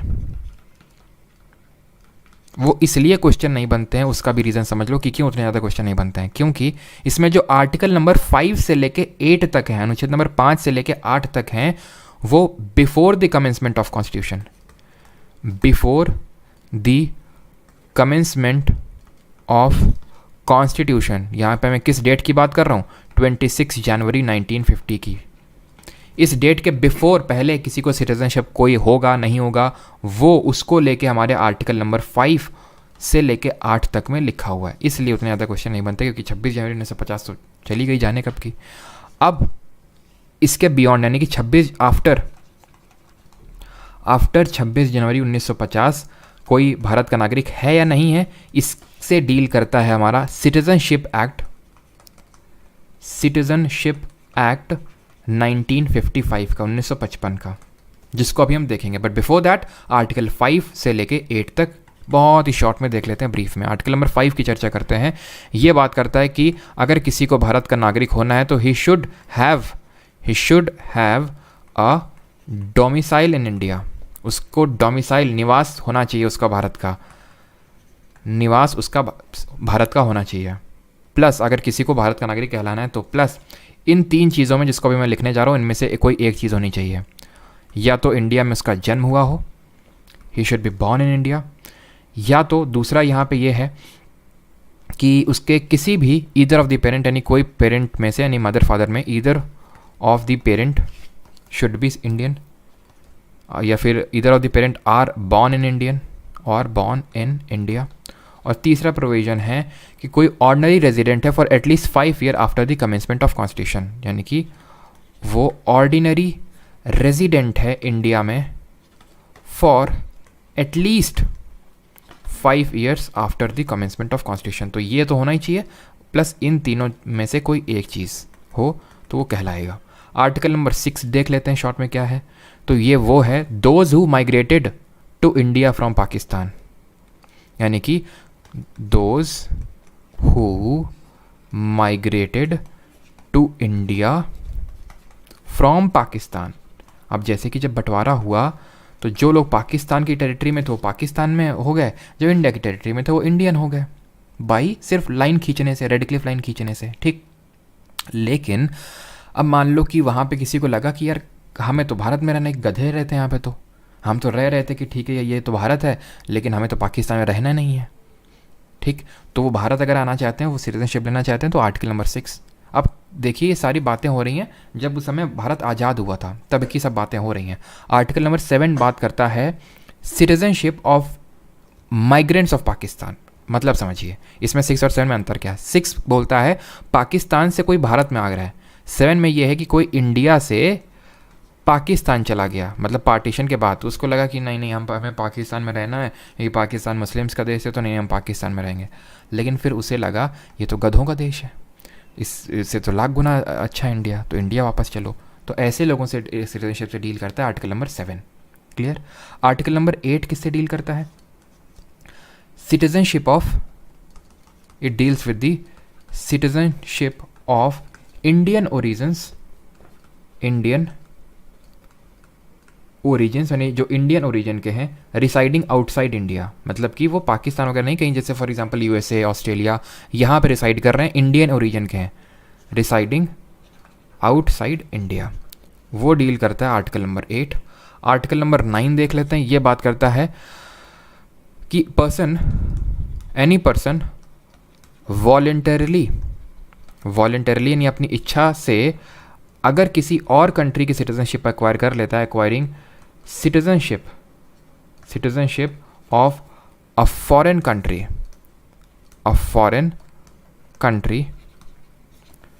not to be dealt as an Indian citizen, यानी कि अगर किसी ने भी सिटीजनशिप एक्वायर कर ली किसी फॉरेन कंट्री की, तो वो लूज कर देगा अपनी इंडियन सिटीजनशिप को, लूजेज इंडियन सिटीजनशिप। इसके पीछे कॉन्सेप्ट क्या है? ये कोई डुअल सिटीजनशिप होल्ड नहीं कर सकता। डुअल सिटीजनशिप के दो मतलब हैं। एक तो डुअल सिटीजनशिप का मतलब एक ऐसा नहीं कोई भारत का नागरिक है प्लस यूपी का नागरिक, यानी कि वो भी एक कॉम्पोनेंट है, प्लस इसका एक ये भी कॉम्पोनेंट है टू अ लेसर डिग्री कि कोई और किसी कंट्री का नागरिक नहीं हो सकता। जैसे फॉर एग्जांपल अक्षय कुमार, वो कनाडा का नागरिक है, अक्षय कुमार वो कनाडा का नागरिक है, तो वो इंडिया का नागरिक नहीं हो सकता है। आपको सरप्राइजिंग लग रही होगी, लेकिन हाँ उसके पास कनाडा की सिटीजनशिप अक्षय कुमार के पास, ठीक है। तो इसलिए किसी के पास डुअल सिटीजनशिप नहीं हो सकती हैं, because we have the concept. और वैसे भी हर कंट्री में यही है कि आप किसी और कंट्री के सिटीजन नहीं हो सकते अगर आप हमारी के हैं। तो यूएसए में किस तरह का डुअल सिटीजनशिप है कि आप यूएसए के भी सिटीजन है प्लस जिस स्टेट में रह रहे हैं वहाँ के सिटीजन है आप, ठीक है, वो मतलब है। 10 किसकी बात करता है? और ये जो है ना आर्टिकल नंबर 7, 8 बहुत डीप में है, तुम पढ़ने गए तो इतनी सारी डेट्स लिखी हुई हैं कि सर तुम्हारा चकरा जाएगा। आर्टिकल नंबर 10 में आते हैं, ये बात करता है कॉन्टिन्यूएंस, बस सिर्फ इतना याद कर लो, continuance of the rights of citizenship, of the rights of citizenship, मतलब कि किसी की नागरिकता कैसे कंटिन्यू रह सकती है उसके प्रोविजंस दिए हुए हैं। और आर्टिकल नंबर 11 में लिखा है कि इसमें कि पार्लियामेंट को यह पावर है कि अगर कोई भी लॉ बनाना है विद रिस्पेक्ट टू सिटीजनशिप तो वो पावर पार्लियामेंट के पास है, यानी कि power of parliament to legislate और टू मेक लॉ, ठीक है, to legislate with respect to citizenship. Clear है? अब अगर आप ये लग रहा है अगर आपको कि यार इतना सब याद करना है, तो एक बार एक्चुअल में करना क्या ना, इन आर्टिकल को इंडिविजुअली सर्च कर लेना, आर्टिकल 6, 7, तो ये बहुत अच्छे लगेंगे जो यहाँ पे मैंने लिखा हुआ है। क्यों? क्योंकि मैंने बहुत शॉर्ट में आपको बता दिया। इससे अगर कोई भी एमसीक्यू आता है एसएससी एग्जाम में, लिख ले लीजिए, अगर फिर भी इनसे पूछ लेता है बन जाएगा आपसे। मैंने क्या बोला था अभी? अगर before the commencement of constitution article 5 to 8, after commencement of constitution, ये डील करते हैं आपके सिटीजनशिप एक्ट ऑफ 1955, बहुत इंपॉर्टेंट है। अब जो सिटीजनशिप एक्ट है, इसको शॉर्ट में सीए लिख रहा हूँ, 1955, वो डील करता है दोनों चीज़ों से कि कैसे आप सिटीजनशिप को एक्वायर कर सकते हैं और कैसे आपकी सिटीजनशिप आप लॉस मतलब अपनी सिटीजनशिप खो सकते हैं। इसमें दोनों चीज़ लिखी हुई है, कैसे आप सिटीजनशिप एक्वायर कर सकते हैं और कैसे लूज़ कर सकते हैं। अब यहाँ पे देखते हैं कैसे सिटीजनशिप एक्वायर की जा सकती है। इसके डिफरेंट कंपोनेंट्स हैं। बाई बर्थ आप सिटीजनशिप को एक्वायर कर सकते हैं अगर आपका जन्म भारत में हुआ है। दूसरा, बाई डिसेंसी आप एक्वायर कर सकते हैं, यानी कि अगर डिसेंसी का मतलब ये है कि आप का जन्म भारत के बाहर हुआ था लेकिन आपके पेरेंट्स जो हैं इंडियन सिटीजन हैं। बाई डिसेंसी का मतलब ये हुआ है, यहाँ पे मैं लिख दूँ, चलो इसको लिख देता हूँ मैं, ठीक है। Born outside India, born outside India but parents are Indian citizens, ठीक है। ये होता है बाई डिसेंसी का मतलब। क्लियर हो गया? बाई रजिस्ट्रेशन, बाई रजिस्ट्रेशन क्या बोलता है? बाई रजिस्ट्रेशन ये बोलता है कि आपका ओरिजिन इंडिया का है बट करेंटली आप किसी और कंट्री की सिटीजनशिप लेके रखे हैं। बाई रजिस्ट्रेशन और बाई नेचुरलाइजेशन, बहुत ही कायदे से समझना इसको, दोनों को बहुत ही कायदे से। नेचुरलाइजेशन दोनों के केस, दोनों उन लोगों के लिए हैं जो अभी करंट में किसी और कंट्री की सिटीजनशिप लेके बैठे हुए हैं। दोनों में अंतर ये है कि ये बंदा जो है ओरिजिनल उसके जो ओरिजिन्स हैं वो इंडिया के हैं, ठीक है। नेचुरलाइजेशन ये क्या है, ये पूरी तरह से विदेशी है, ना तो अभी भारत किसकी सिटीजनशिप है इसके पास, तभी तो सिटीजनशिप लेने के पास आ रहा है, और ना ही इसके ओरिजिन इंडिया के, नॉट ऑफ इंडिया। तो अगर रजिस्ट्रेशन वाले को, जिसके ओरिजिन इंडिया के हैं, अगर उसको भारत की सिटीजनशिप लेनी है तो 7 साल भारत में रहना होगा, 7 ईयर्स के लिए भारत में रहना होगा। शॉर्ट में लिख रहा हूँ, नोट्स में जो लिख रहे हैं वो पूरा इस चीज़ को लिखिएगा, ठीक है। 7 साल भारत में रहना होगा। अगर नेचुरलाइजेशन से, अगर आप इंडियन ओरिजिन के नहीं है, लेनी है, आपको 12 साल रहना होगा। किस तरह से रहना होगा उसका जरा ये टाइम लाइन है, पिछले 15 साल, जब तुम अप्लाई कर रहे हो उसके पिछले 15 साल देखे जाएंगे। उसमें से जो जस्ट पिछला वाला साल है उसमें पूरे टाइम तुम भारत में रहे हुए हो, ठीक है। 1 साल ख़त्म, बचे कितने, 14। इन 14 में से 11 साल तुम भारत में रहे हो, यानी कि टोटल मिला के 15 में से तुम्हें 12 साल भारत में रहना है, गुजारना है। जब अप्लाई कर रहे हो उससे जो इमीडिएट पिछला वाला साल है उसमें तो पूरे साल तुम भारत में रहे हो, और जो उसके पिछले 14 हैं उसमें 11 साल, यानी टोटल मिला के 12 साल, ठीक। और इसके अलावा और भी प्रोविज़न है, जैसे कि आपको एक भारतीय भाषा भी पता होना चाहिए, और भी प्रोविजंस है। लेकिन ये मैं इसलिए कैटेगराइज थोड़ा सा जोर दे के बता रहा हूँ बिकॉज जो हमारा सिटीजनशिप जो एक्ट है 1955 का, इसमें बहुत सारे अमेंडमेंट हुए, तकरीबन 8 अमेंडमेंट हुए, 8-9 अमेंडमेंट हुए। लेकिन इस सिटीजनशिप एक्ट 1955 में अमेंडमेंट हुआ था अभी लेटेस्ट में 2019 में। सबको इसके बारे में पता होगा, CAA NRC याद करो, वही CAA है ये, सिटीजनशिप अमेंडमेंट एक्ट। ये हुआ था 2019 में, जिसको लेके बवाल मचा था। बवाल क्यों मचा था, इस अमेंडमेंट ने ये बोला था कि 3 कंट्रीज़ से आने वाले 6 कम्युनिटीज़ के लोगों को हम सिटीजनशिप बाय नेचुरलाइजेशन में कुछ छूट देंगे। 3 कंट्रीज़ वो कौन सी थी, 3 कंट्रीज़ थी या फिर हैं, बांग्लादेश, पाकिस्तान, अफ़गानिस्तान। इन देशों से अगर इन 6 कम्युनिटीज़ के लोग आ रहे हैं, हिंदू, सिख, जैन, पारसी, क्रिश्चियन और बुद्धिस्ट, क्लियर है। इन 6 कम्युनिटीज़ के लोग, और ये पूरा लिखेंगे जो नोट्स में लिख रहे हैं, ठीक है। बुद्धिस्ट, हिंदू, सिख, जैन, ऐसे BHSJP करके मत लिखेंगे, ठीक है। तो इन 3 कंट्रीज़ के लोग जो इन 6 कम्युनिटी से बिलोंग करते हैं, वो अगर आते हैं तो उनके लिए ये जो 12 साल का टर्म है, 12 साल नहीं, उनको सिर्फ 6 साल ही रहना पड़ेगा। विरोध क्यों हुआ, क्योंकि इसमें मुस्लिम कम्युनिटी नहीं थी, इसलिए इसका काफ़ी विरोध हुआ, खासकर मुस्लिम कम्युनिटी के द्वारा। लॉजिक इसमें यह दिया गया कि आप क्रोनोलॉजी को समझिए।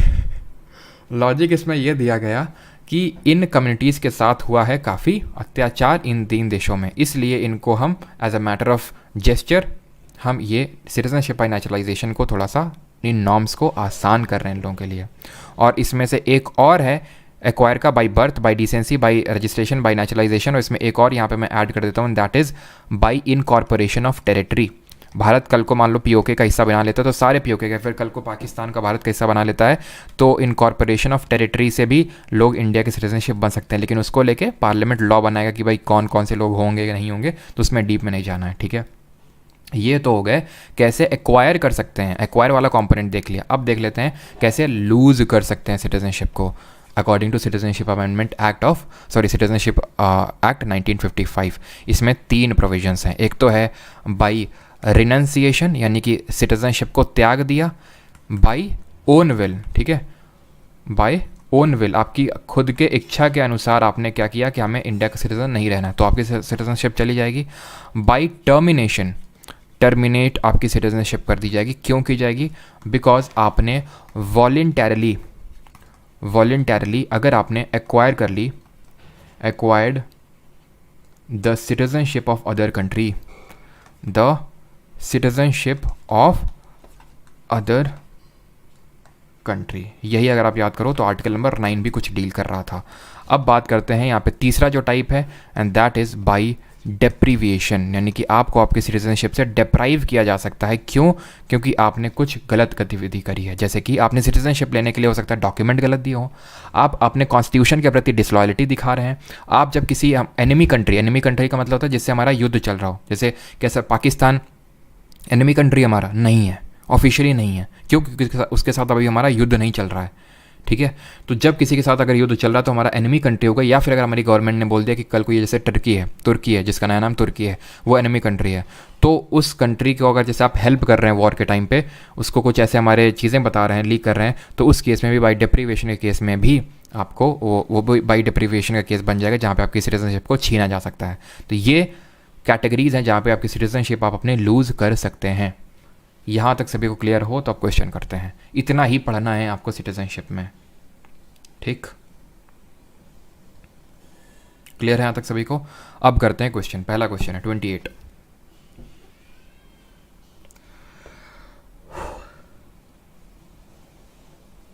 सर आपके नोट्स इंग्लिश में है सर, हिंदी में दे दो सर। हिंदी में भी मिलते हैं बैच में, जो लोग एनरोल्ड हैं हिंदी में और इंग्लिश दोनों में मिलते हैं। टेलीग्राम पे मैंने शेयर किए, चेक कर लेना, ठीक है?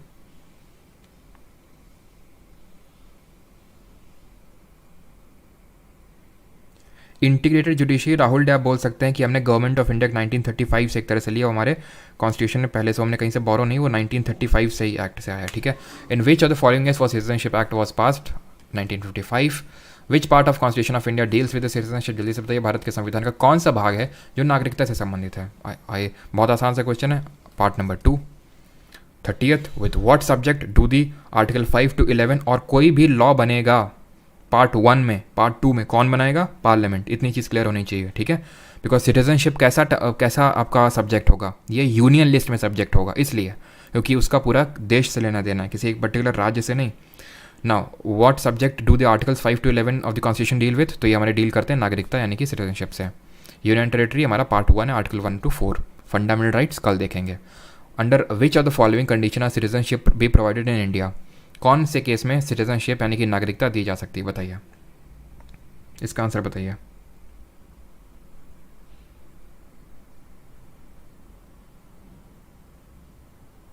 और कृपया जो यहाँ पे टॉपिक चल रहा है उसी पे स्पेसिफिक रहें। डाउट है बिल्कुल पूछें, बट उससे उसी में स्पेसिफिक रहें, इधर उधर मत भागें।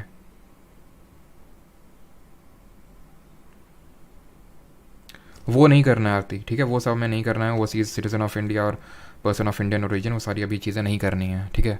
अगर कोई क्वेश्चन अभी रिसेंट में आ जाता तो कर लेंगे, नहीं तो उसकी नीड नहीं हुई, कोई क्वेश्चन पूछा ही नहीं गया है, ठीक है? One should be born in India, मैंने बताया था क्या है, आर्टिकल नंबर 5 को याद करिए। He should have a domicile in India, ठीक है? देन ये तो होना ही चाहिए मस्ट, और इन तीनों में से एक कंडीशन होनी चाहिए, या तो शुड बी बॉर्न इंडिया, या तो उसके पेरेंट्स बॉर्न हुए इंडिया में, या फिर ऑर्डिनरी रेजिडेंट हो for not less than 5 year, यानी कि ईदर 1 और 2 और 3, ईदर होगा, क्योंकि डोमिसाइल होना अनिवार्य है और इन तीनों में से कोई एक चीज़। आंसर यहाँ पे डी होगा, ना कि सी, ना कि ए, ठीक है? याद करिए आर्टिकल 5 को, यहाँ पे मैंने चीज़ें लिखी हुई हैं, ये है article 5। You should have a domicile in India plus either born in India, ठीक है? Either of the parent are born in India और ऑनर रेजिडेंट, इनमें से कोई एक, ठीक है? तो आंसर यहाँ पे डी होगा आपका। Which of the following articles of the constitution of India mentions continuance of the right of citizenship? कौन सा आर्टिकल है जो कॉन्टिन्यूएंस की बात करता है? सीमा को मिलेगी पूछना, अभिषेक मौर्य। भाई ये तो तुम न्यूज़ चैनल वालों से पूछो, है ना? क्योंकि उनको इसमें महारत हासिल है, सीमा, अंजू, मंजू, ये सब बड़े उसमें महारत हासिल किए हुए, दिन भर वही चलाते रहते हैं। देश में क्या चल रहा है मतलब न्यूज़ देखने का मन नहीं होता है, मतलब न्यूज़ हर चीज़ ऊपर जा रही है, न्यूज़ चैनल्स ऐसे जा रहे हैं, मतलब क्या ही न्यूज़ दिखाते हैं पता नहीं। Continuance of the right of citizenship, तो ये कौन सा बात करता है? पहली बात तो 12 का कोई सिटीजनशिप से लेना ही देना नहीं है, 5 से लेकर 11 तक है, और ये बात करता है 10, आर्टिकल नंबर बी, अभी मैंने थोड़ी देर पहले आपको बताया, ठीक है? 33, which of the following has the power to regulate the right of citizenship in India? किसको पावर है? Union cabinet, parliament, supreme court, law commission?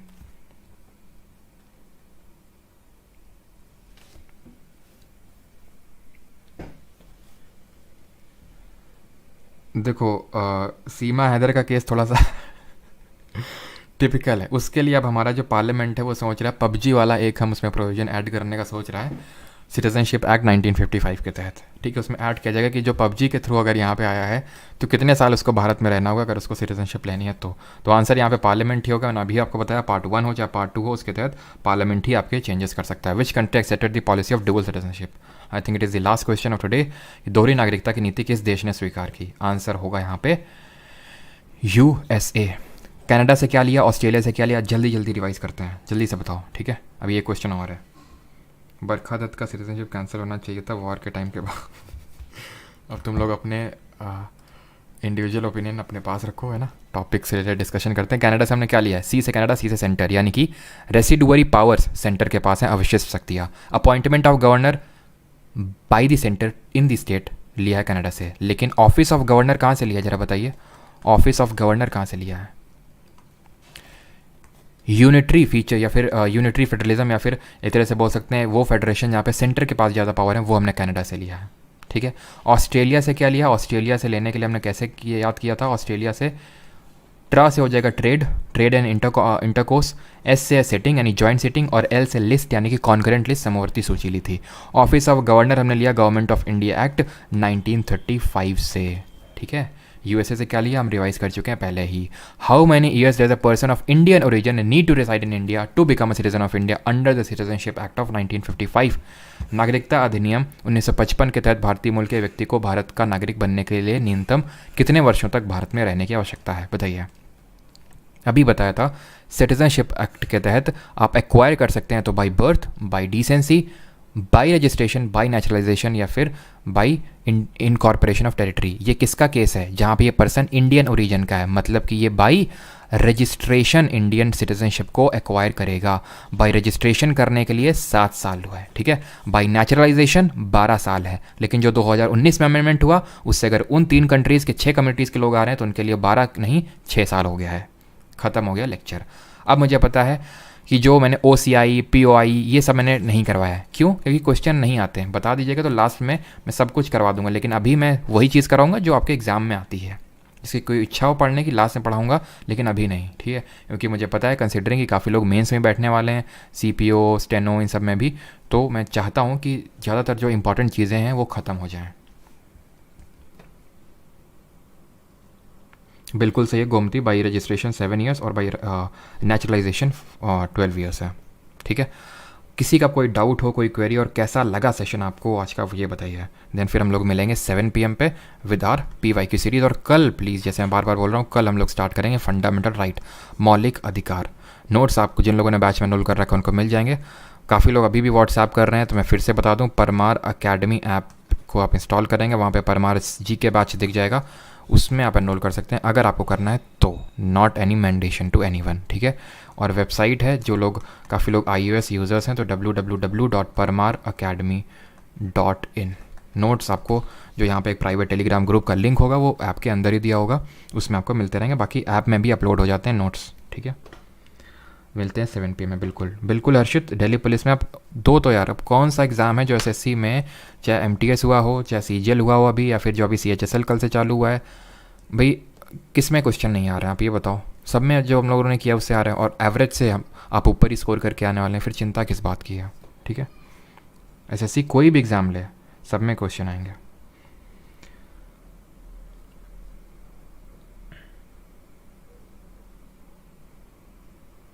Rahul day, वो PYQ सीरीज़ के नोट्स, वो सारी चीज़ें फ्री हैं, सब कुछ। ठीक है। मतलब उसमें ऐसा कुछ नहीं है, नोट्स वगैरह सब कुछ मैं टेलीग्राम पे डाल देता हूँ, एनोटेट PDF भी, सारी चीज़ें। देवशीष, ये वीडियो हाफ एन आवर तक रहेगा, जैसे 12:30 है तो 1 PM तक आपका ये वीडियो रहेगा। ठीक है। ताकि अगर किसी कोई चीज़ छूट गया है तो वो कर ले। ठीक है। बाकी मैं इसी वजह से लाइव स्ट्रीम कर देता हूँ, नहीं तो ये बैच की वीडियोज़ हैं, कायदे से बैच में ही वो होनी चाहिए, लेकिन यहाँ पे मैं कर देता हूँ, अगर किसी को देखना है तो वो देख सकता है।